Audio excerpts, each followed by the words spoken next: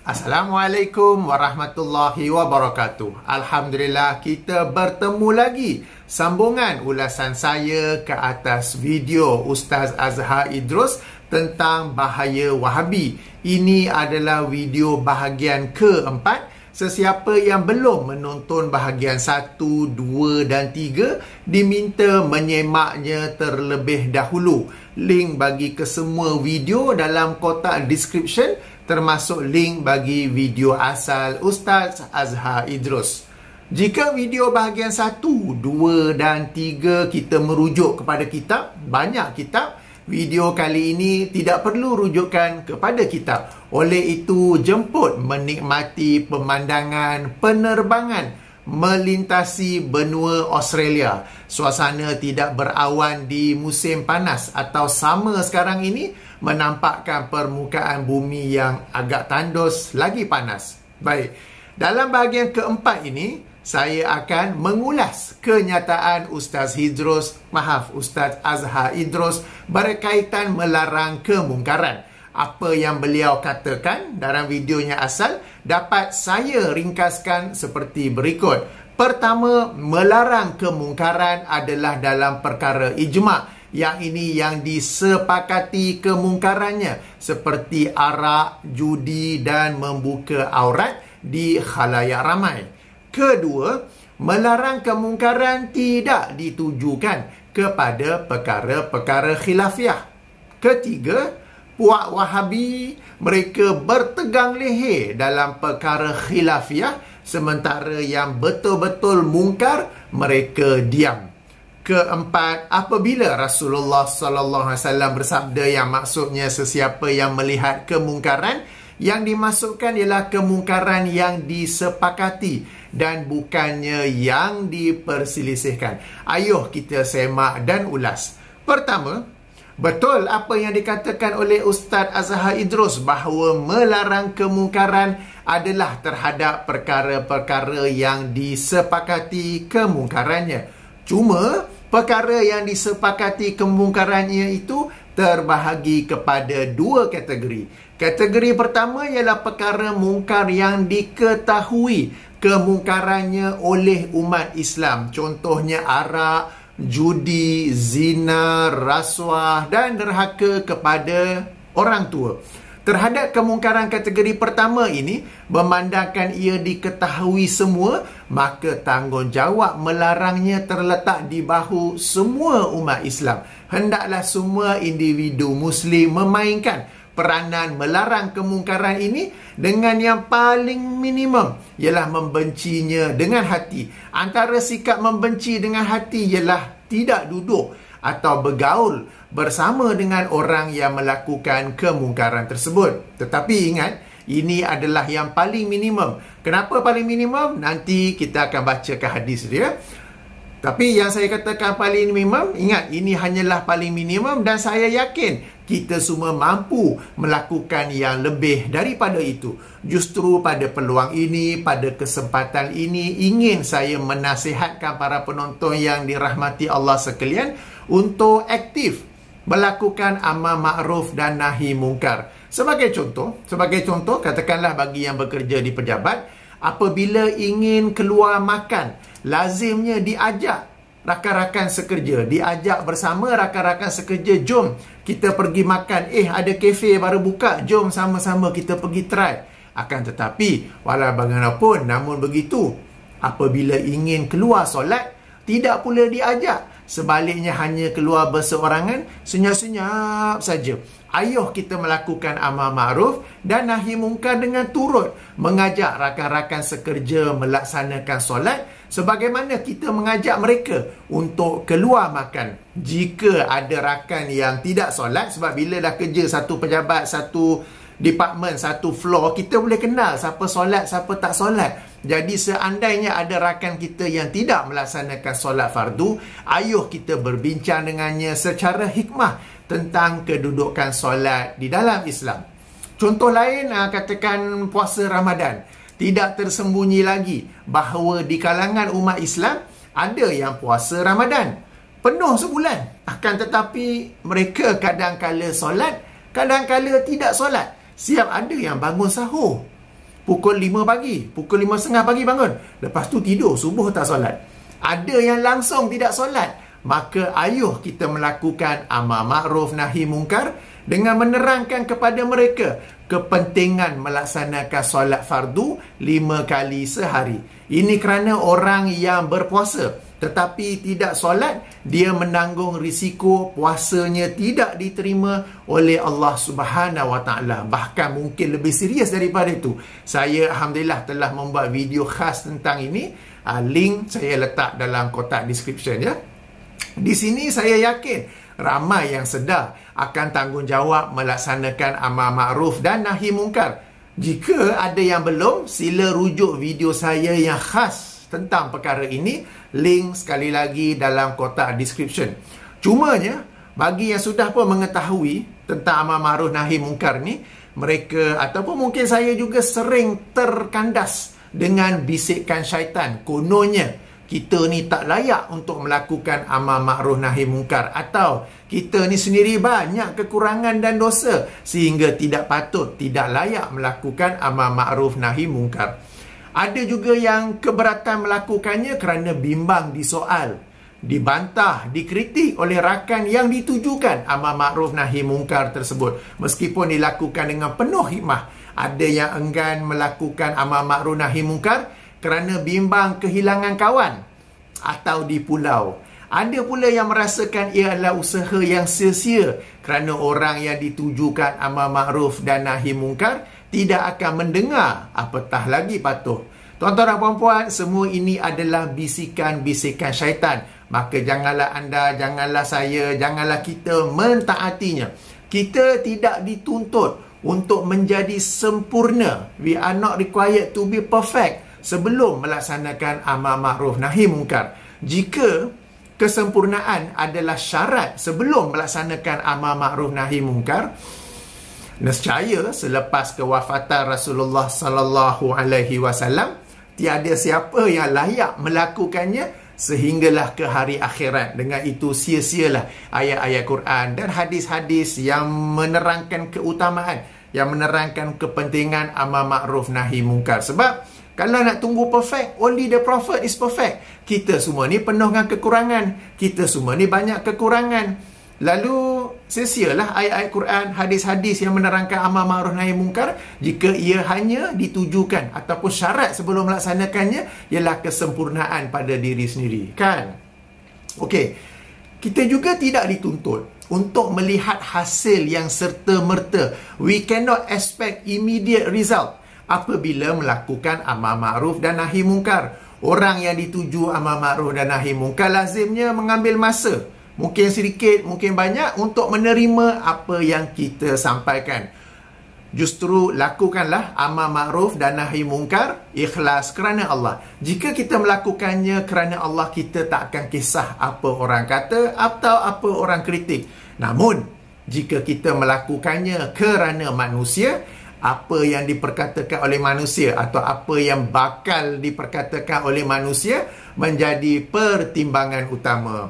Oleh itu, yang dituntut ke atas kita ialah berusaha sekadar mampu kepada sesama Muslim, baik ahli keluarga, rakan kerja, sahabat handai, saudara mara, jiran dan sesiapa jua. Di akhirat kelak, kita tidak akan ditanya berjaya atau tidak. Sebaliknya, kita akan ditanya berusaha atau tidak melakukan amar ma'ruf nahi mungkar. Okey, itu tadi tentang ajakan kepada tuan-tuan dan puan-puan. Ayuh kita sama-sama melaksanakan amar ma'ruf nahi mungkar dalam perkara-perkara ijma'. Semua orang tahu benda tu salah, semua orang tahu benda tu wajib. Kita pun boleh menerangkannya sebab itu perkara wajib yang maklum, semua orang tahu ya. Tetapi kembali kepada kembali kepada kemungkaran ini, seperti yang saya katakan, ada dua kategori. Jika kategori pertama ialah kemungkaran yang diketahui umum, maka kategori kedua ialah kemungkaran yang tidak diketahui kecuali oleh mereka yang arif atau pakar. Contoh ya, contoh pertama ialah dalam isu tauhid dan syirik. Umum mengetahui bahawa syirik adalah dosa besar. Akan tetapi mereka tidak tahu bahawa apabila ada penceramah yang seorang tu yang berkata boleh menggunakan bulan dan bintang untuk ramalan masa depan, yang ini ilmu astrologi, dia siap boleh confuse antara astrologi dan astronomi. Dan satu lagi yang dia sampaikan apa? Boleh mandi safar kerana segala sial berhimpun pada Rabu terakhir bulan Safar. Maka termasuk dalam melarang kemungkaran ialah menerangkan kepada semua bahawa keyakinan tersebut adalah juga syirik kepada Allah Azza wa Jalla. Mungkin ada yang berkata itulah syirik kecil, yang berkata itu lupa agaknya kepada kata pepatah, sikit-sikit lama-lama jadi bukit. Jadi meskipun kalau pun betul itu syirik kecil, lama-lama akan menjadi syirik besar juga. Seorang Muslim yang bertakwa akan meninggalkan semua bentuk syirik, menjauhi semua bentuk syirik meskipun yang dikatakan sebagai syirik kecil. Kalau betul lah masuk dalam kategori syirik kecil, ya. Okey, contoh kedua misalnya ialah dalam urusan akidah. Umum mengetahui bahawa sesiapa yang tidak beriman kepada salah satu daripada rukun iman, sementara dia bukanlah orang yang jahil atau baru saja memeluk Islam, maka batallah keislamannya. Namun apabila wujud seorang YouTuber yang mungkin kenal tak apa, yang berkata orang seperti itu masih Muslim, lalu dikemukakan pula dalil dan hujah, maka termasuk dalam melarang kemungkaran ialah menjawab dan menepis syubhat-syubhat yang ditimbulkan oleh YouTuber itu. Contoh ketiga, katakanlah bidang tafsir pula, dalam bidang tafsir Al-Quran. Apabila ada penceramah yang seorang tu lagi yang menafsirkan perkataan huwa dalam ayat, dalam firman Allah SWT, Qul huwallahu ahad, bahawa huwa itu ialah Muhammad. Bermaksud apa? Katakanlah dia Muhammad adalah Allah yang Maha Esa. Maka termasuklah dalam melarang kemungkaran ialah menerangkan kesalahan tafsir tersebut. Saya bagi contoh lagi. Contoh keempat ialah dalam bidang hadis. Semua orang tahu tak boleh menyampaikan hadis yang amat lemah dan palsu yang disebut sebagai hadis dhaif jiddan dan hadis maudhu. Umum mengetahui bahawa tidak boleh menyampaikan hadis yang darjatnya dhaif jiddan atau palsu, melainkan untuk menjelaskan kelemahannya. Namun tidak ramai yang dapat mengenal pasti hadis yang darjatnya dhaif jiddan atau palsu. Maka termasuk dalam melarang kemungkaran ialah menerangkan hadis dhaif jiddan dan maudhu yang berlegar di lisan para penceramah agar umum dapat menjauhinya. Termasuk juga dalam bidang hadis, ala-ala kita bincang tentang hadis, ialah apabila kebanyakan agamawan menyampaikan hadis dhaif atas alasan jumhur ulama membolehkannya. Padahal jumhur ulama sebelum membolehkannya telah meletakkan sejumlah syarat. Syarat-syarat ini tidak dipenuhi oleh agamawan masa kini, malah mungkin mereka tidak tahu tentangnya. Maka termasuk dalam melarang kemungkaran ialah menegah ataupun mencegah penyampaian hadis-hadis dhaif yang tidak menepati syarat-syaratnya. Okeylah, satu lagi. Contoh kelima, isu yang timbul baru-baru ini ialah dalam bidang sirah. Umum mengetahui bahawa Rasulullah sallallahu alaihi wasallam adalah sebaik-baik manusia. Namun apabila ada seorang peguam muslimah tu yang menuduh baginda tidak adil apabila berpoligami, berdalilkan ayat 1 hingga 4 surah At-Tahrim dan salah satu riwayat berkenaan sebab turunnya ayat-ayat ini, maka termasuk dalam rangka melarang kemungkaran ialah menjawab dan menepis syubhat yang ditimbulkan olehnya. Oleh itu, dalam rangka melakukan dalam rangka melakukan nahi mungkar, dalam rangka melakukan larangan, dalam rangka kita melarang kemungkaran, betul bahawa salah satu daripadanya ialah melarang kemungkaran yang disepakati. Cuma kami, para pencinta sunnah, memberi fokus kepada kemungkaran yang disepakati namun perinciannya tidak diketahui umum, agar dengan itu mereka, yakni orang ramai, dapat mengetahui apa yang sebelumnya tidak diketahui. Okey, penting ya. Jadi perkara ijma' ni terbahagi dua. Saya ulangi ya. Ada yang diketahui ramai memang termasuk perkara asas yang diketahui, dan ada yang orang tak tahu ataupun tahu secara umum, perinciannya tak tahu. Maka tanggungjawab kami para pencinta sunnah ialah menerangkan perkara-perkara yang mungkar, yang kita tidak tahu perinciannya, supaya orang ramai juga mengetahui tentangnya. Okey, kita masuk kepada ulasan kedua pula, bahawa sekali lagi betul apa yang dikatakan oleh Ustaz Azhar Idrus, bahawa kemungkaran itu bukanlah pada perkara khilafiah. Cuma sekali lagi, perkara khilafiah juga terbahagi kepada dua kategori. Kategori pertama adalah khilaf muktabar, yakni khilaf yang memiliki dua atau lebih pendapat, di mana masing-masing pendapat memiliki dalil yang kuat dan diperhujahkan dengan kaedah usul fiqh yang benar. Contoh khilaf muktabar ialah hukum membaca doa kunut subuh, sebagaimana yang telah saya jelaskan dalam video bahagian ketiga sebelum ini. Contoh lain ialah membaca basmalah secara kuat atau perlahan bagi solat-solat yang surah Al-Fatihah dibaca secara kuat, seperti solat subuh, solat maghrib dan solat isyak. Contoh ketiga ialah berzikir secara kuat atau perlahan selepas solat-solat fardu. Baik berzikir secara kuat atau perlahan, masing-masing ada dalil dan hujahnya. Telah saya kemukakan dalam buku saya, zikir selepas solat antara sunnah dan bid'ah. Contoh keempat pula ialah sampai atau tidak pahala bacaan Al-Quran yang dihadiahkan kepada orang yang telah meninggal dunia. Sekali lagi, dalil dan hujah masing-masing pihak telah saya sampaikan dalam buku saya 90 pelajaran tentang bid'ah. Semua ini adalah khilaf muktabar. Dipersilakan bagi sesiapa yang ingin membicarakannya. Cuma tujuan perbicaraan tidaklah disebut sebagai melarang kemungkaran, tetapi disebut sebagai mengkaji serta menganalisa pendapat yang lebih kuat, atau sebagai menerangkan kepada umum bahawa dalam sesuatu isu itu terdapat keluasan hukum sehingga seseorang boleh berpegang kepada pendapat yang dicenderunginya.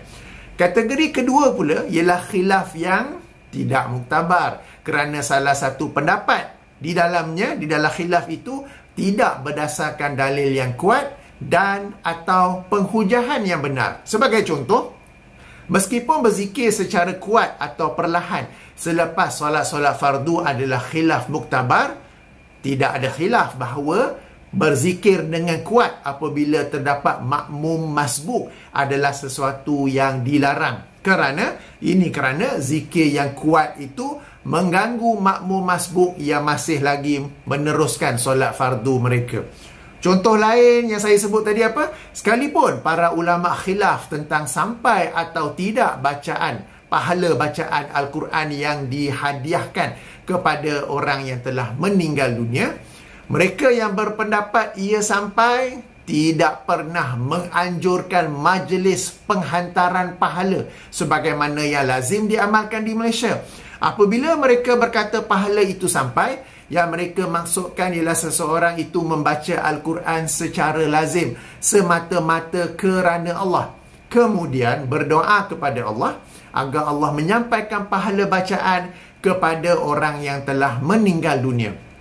Adapun majlis penghantaran pahala, memanglah majlis tu disebut dengan nama indah sebagai majlis tahlil kan, tapi sebenarnya itu adalah majlis penghantaran pahala. Nak sebut majlis pos laju pahala pun boleh, okay? Adapun majlis-majlis seperti itu, ia adalah satu bid'ah dan bukannya khilaf muktabar. Pihak yang pro kepada majlis ini, mereka ada juga hujah, dalil bahawa kononnya ada sahabat berkata 7 hari pertama lah, 40 hari pertama lah, riwayat-riwayat seperti itu telah pun saya kupas dan bahas dan terangkan kelemahan ataupun kesalahan penghujahannya dalam buku 90 pelajaran tentang bid'ah. Video tentangnya pun ada, di mana video tersebut merupakan ulasan ke atas buku 90 pelajaran tentang bid'ah. Okey, menyebut tentang khilaf ni antara yang muktabar, tidak muktabar, sebenarnya tidak ramai orang, termasuklah para agamawan, yang dapat membezakan antara khilaf muktabar dan khilaf yang tidak muktabar. Mereka membungkus semuanya sebagai khilaf sahaja, padahal hakikatnya adalah berbeza. Bahkan Mungkin saja kerana tidak tahu, mereka menegah orang ramai daripada membicarakan perkara khilaf dan membodohkan orang yang membicarakan perkara khilaf. Semua ini adalah helah semata-mata untuk menutup diri sendiri yang tidak menguasai selok-belok perkara khilafiyah. Jika ada agamawan yang mahu membicarakan perkara ijma' sahaja, dipersilakan. Tapi saya bagi contoh. Katakanlah kuliah maghrib lazimnya 45 minit. Mungkinlah ada sehingga sejam. Penceramah itu dia nak berbicarakan perkara ijma' saja. Sebagai contoh puasa Ramadan. Lalu kuliah 45 minit tu dia pun menyampaikan, dia ada mukadimah apa. Kemudian, okey, puasa Ramadan hukumnya wajib. Selesai. Sebab nak bincang ijma' kan. Kemudian ada sesi soal jawab. Maka ada orang yang angkat tangan bertanya. Saya ni sejak zaman muda lazimnya tidak puasa. Apakah saya perlu qada semuanya atau cukup dengan bertaubat? Penceramah itu jawab, oh khilaf, saya tak bincang. Kemudian ada orang lain pula angkat tangan. Isteri saya tahun lepas tidak puasa kerana hamil. Sekarang dia menyusukan bayi pula. Adakah dia perlu qada dan fidyah atau fidyah saja? Penceramah itu jawab, oh khilaf, saya tak bincang. Oh pula dah. Seorang lagi angkat tangan. Untuk melafazkan niat puasa Ramadan, adakah cukup satu niat di awal Ramadan atau perlu berniat setiap malam sebelum nak puasa hari esoknya, atau tak perlu melafazkan niat langsung kerana usaha untuk bangun sahur dan berpuasa sudah cukup dikira sebagai niat? Penceramah jawab, tak jawab, perkara khilaf. Orang lain pula angkat tangan. Saya ni lazim musafir. Apakah jarak dan tempoh musafir yang membolehkan saya tidak berpuasa? Sekali lagi penceramah jawab, khilaf, saya tak bincang. Okey, seorang lagi angkat tangan. Saya ni lazim berpuasa. Saya ni lazim musafir. Adakah saya berpuasa kemudian berbuka atau boleh terus tidak berpuasa kerana sejak awal saya sudah tahu bahawa saya ni bermusafir dalam satu musafir yang memberatkan jasmani? Penceramah jawab, oh saya tak bincang. Sebab dia nak bincang perkara ijma' je kan. Ijma' tu Ramadan tu wajib lah sebulan tu. Yang lain-lain tu, tadi tu contoh 5 soalan lah, semua dia tak jawab. Oh, saya bincang perkara ijma' je. Okey, kuliah pun selesai. Penceramah pun dapat sampul. Okey, bangun. Alright, dapat sampul daripada AJK. Dan diminta datang lagi bulan hadapan. Bagus penceramah ni. Dia bincang perkara ijma' je. Khilaf dia tak bincang. Okay. Kemudian semua orang dijemput makan dan minum. Hidangan ringan yang disediakan sementara menunggu azan Isya. Sebab nak bincang ijma' je kan. Ijma' tu, kalau bincang ijma' tentang puasa Ramadan katakan, itu je lah. Bahawa ijma' wajib berpuasa Ramadan. Lain-lain orang nak tanya semua khilaf. Okay. Ini contoh kita nak tengok betapa bijaknya orang yang suka membodohkan orang lain kerana orang lain bincang khilaf. Padahal kalau dia nak bincang ijma'nya, itu je lah yang dia boleh bincang. Okey. Oleh itulah kami, para pencinta sunnah, membicarakan perkara khilaf. Sekali lagi saya ulangi, jika ia merupakan khilaf muktabar, maka kami membicarakannya atas tujuan menganalisa pendapat yang lebih kuat atau bagi menerangkan kepada umum, kepada masyarakat, kepada umat bahawa dalam isu tersebut terdapat keluasan hukum. Jika ia bukan khilaf muktabar, maka kami membicarakannya atas tujuan melarang kemungkaran supaya umat dapat berpegang kepada pendapat yang memiliki dalil dan hujah.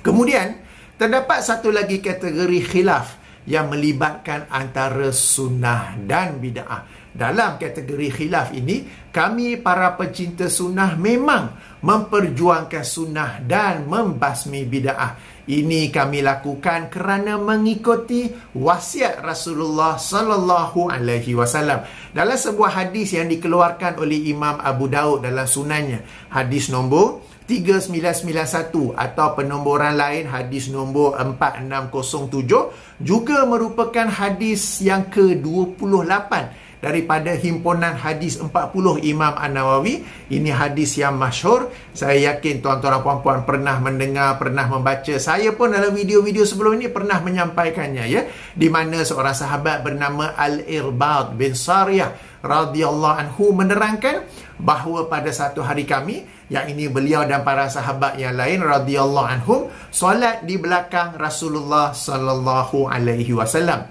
Kemudian dah selesai solat, baginda berpusing menghadap kami dan memberikan satu tazkirah atau nasihat yang amat menyentuh sehingga berlinangan air mata dan bergetar hati. Lalu seseorang berkata, "Wahai Rasulullah, seolah-olah ini adalah nasihat perpisahan. Maka apakah pesanan akhir anda kepada kami?" Maka baginda bersabda, "Aku wasiatkan kepada kalian untuk bertakwa kepada Allah dan dengar serta taat, meskipun kepada seorang hamba daripada Habsyah. Kerana sesungguhnya sesiapa yang hidup lama di kalangan kalian sesudah aku pasti akan melihat perselisihan yang banyak. Fa'alaikum bisunnati, maka wajib ke atas kalian berpegang dengan sunnahku dan sunnah para khulafa yang mendapat hidayah petunjuk. Berpegang teguhlah kepadanya, yakni sunnahku, dan gigitlah dengan gigi geraham kalian. Wa iyyakum, bermaksud jauhilah kalian daripada perkara-perkara baru." Yang ini perkara baru dalam urusan agama, kerana sesungguhnya setiap perkara baru adalah bid'ah dan setiap bid'ah adalah kesesatan. Berdasarkan hadis yang masyhur ini, jelas bahawa antara khilaf yang berlaku ialah apa yang membabitkan antara sunnah dan bid'ah. Maka apabila berhadapan dengan khilaf seperti ini, atau apa yang saya sebut dalam kategori ini, maka kewajipan kita ialah kembali kepada sunnah dan menjauhi bid'ah. Oleh kerana itulah kami para pencinta sunnah memberi fokus kepada khilaf yang berlaku antara sunnah dan bid'ah, kerana mengikuti pesan atau wasiat Rasulullah sallallahu alaihi wasallam. Biarlah apa yang dikatakan, dicemuhkan, dituduhkan oleh orang lain, termasuk oleh sebahagian agamawan seperti dengan gelaran Wahabi lah, bodoh lah dan sebagainya, kami tetap berpegang kepada wasiat Rasulullah sallallahu alaihi wasallam untuk menegakkan sunnah dan membasmi bid'ah. Terakhir, kita masuk kepada hadis yang dibaca, ulasan terakhir, kita masuk kepada hadis yang dibaca oleh Ustaz Azhar Idrus, bahawa sesiapa di kalangan kamu yang melihat kemungkaran. Hadis yang masyhur, kan? Tuan-tuan dan puan-puan pernah dengar tak hadis ini sepenuhnya? Okey, saya bacakan, ya. Ayo kita bacakan hadis ini sepenuhnya dan lihat bagaimana ia diguna pakai ya pada zaman para sahabat radhiyallahu anhum. Hadis ini dikeluarkan oleh Imam Muslim dalam sahihnya, hadis nombor 70, atau penomboran syarah Sahih Muslim hadis nombor 49. Okey, Tariq bin Shihab radhiyallahu anhu menerangkan bahawa orang pertama yang mendahulukan khutbah sebelum solat khutbah sebelum solat pada hari raya ialah Marwan. Sebelum itu, sedikit penjelasan saya. Untuk solat Jumaat, kita maklum tertibnya adalah khutbah dulu, kemudian barulah solat. Untuk solat hari raya Aidilfitri dan Aidil Adha, solat dahulu kemudian barulah khutbah. Hukum khutbah bagi kedua-dua solat hari raya adalah sunat, di mana sesiapa yang ingin pulang dipersilakan. Berbeza dengan hukum khutbah bagi solat Jumaat, ia adalah wajib. Maka Marwan telah mengubah tertib ini dengan menjadikan bagi kedua-dua hari raya khutbah dahulu kemudian barulah solat. Okey, kita sambung balik baca hadis. Tadi tu penjelasan saya, ya. Maka apabila Marwan menukar tertib itu, berdirilah seorang lelaki menegur Marwan, solat dahulu kemudian barulah khutbah. Dalam lafaz lain yang dikeluarkan oleh Abu Daud dan At-Tirmizi, lelaki itu berkata kepada Marwan, "Anda telah menyalahi sunnah." Marwan menjawab, "Khutbah itu telah ditinggalkan." Maksudnya, penjelasan saya maksudnya, apabila dilaksanakan solat dahulu kemudian baru khutbah, ramai yang pulang tidak mendengar khutbah. Sebab itulah Marwan menukar tertibnya. Okey, kita sambung hadis. Maka berkatalah Abu Sa'id Al-Khudri radhiyallahu anhu, atau dalam lafaz Abu Daud, Abu Sa'id Al-Khudri bertanya terlebih dahulu, siapakah lelaki yang berdiri menegur Marwan itu ya? Orang ramai menjawab, dia adalah si Fulan bin Sufulan.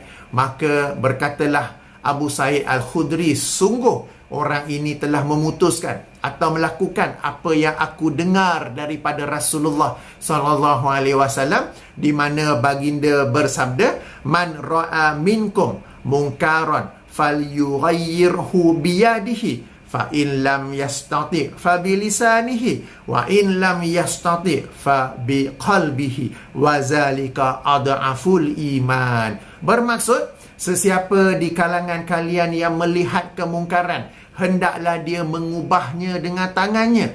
Jika tidak mampu, maka dengan lisannya, yakni menegur.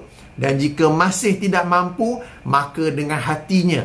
Dan yang sedemikian itulah selemah-lemah iman. Sebab tu di awal video tadi saya ada kata yang paling minimum ialah membenci, menolak dengan hati kan. Ini berdasarkan hadis ini. Okey, terhadap hadis ini terdapat banyak pengajaran berharga.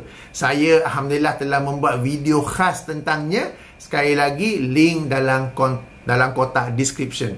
Cuma dalam konteks video ini, kita dapat lihat bagaimana hadis sesiapa di kalangan kamu yang melihat kemungkaran digunakan dalam isu yang melibatkan sunnah dan bid'ah. Ia tidak terbatas kepada kemungkaran dalam perkara ijma' sahaja.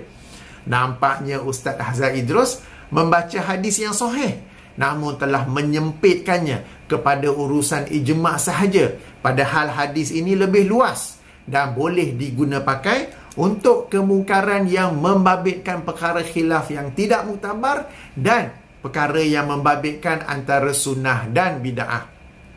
Baik, sehingga sini sahaja react atau ulasan saya. Kita tutup dengan beberapa kesimpulan. Sebelum itu, saya teringat beberapa perkara yang ada kaitan dengan topik ini. Ingat tak? Siapa yang pernah mengkafirkan orang yang berakidah Allah fis sama istawa alal arsh? Padahal ia adalah isu khilaf antara salaf dan khalaf. Siapa ya yang pernah menerakakan orang yang makan keropok leko yang diproses seluruhnya? Padahal ia adalah isu khilaf di kalangan para fuqaha, di kalangan para ahli hukum.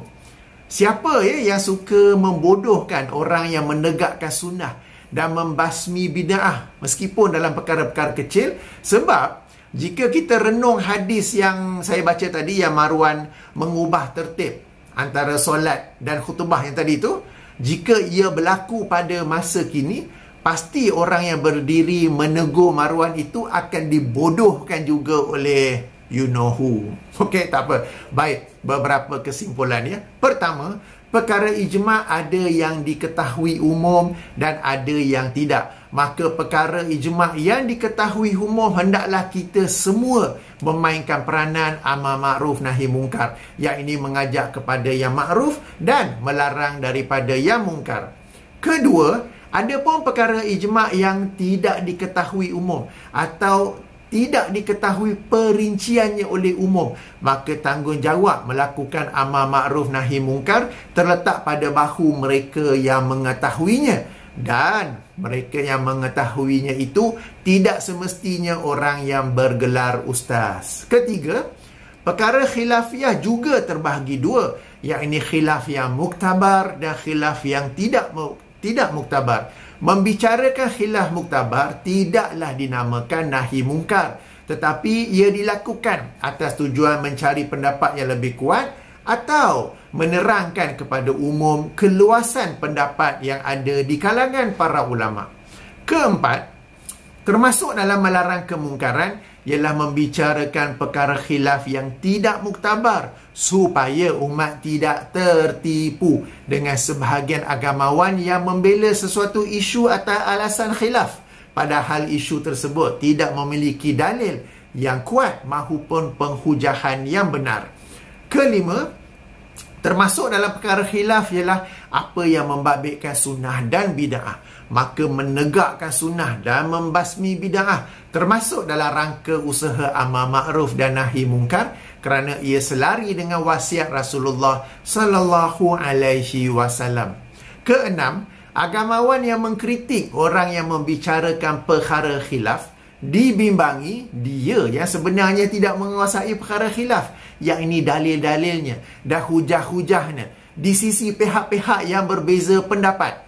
Okay, sebagai contoh sebelum ni kan, tentang membaca Al-Quran di kubur, tentang doa kunut subuh, tentang qasidah, dibimbangi agamawan tu yang tak menguasai dalil-dalilnya, hujah-hujahnya. Lalu dia menutupi kelemahan dirinya dengan membodohkan orang yang membicara perkara khilaf. Baik, insya-Allah kita jumpa lagi dalam bahagian kelima yang ini membicarakan tentang Wahabi dan negara Saudi. Sementara itu, jangan lupa untuk tonton video-video yang saya sebutkan tadi. Link semuanya dalam kotak description. Baik, kita jumpa nanti insya-Allah. Subhanakallahumma wa bihamdika asyhadu an la ilaha illa anta astaghfiruka wa atubu ilaika. Assalamualaikum warahmatullahi wabarakatuh.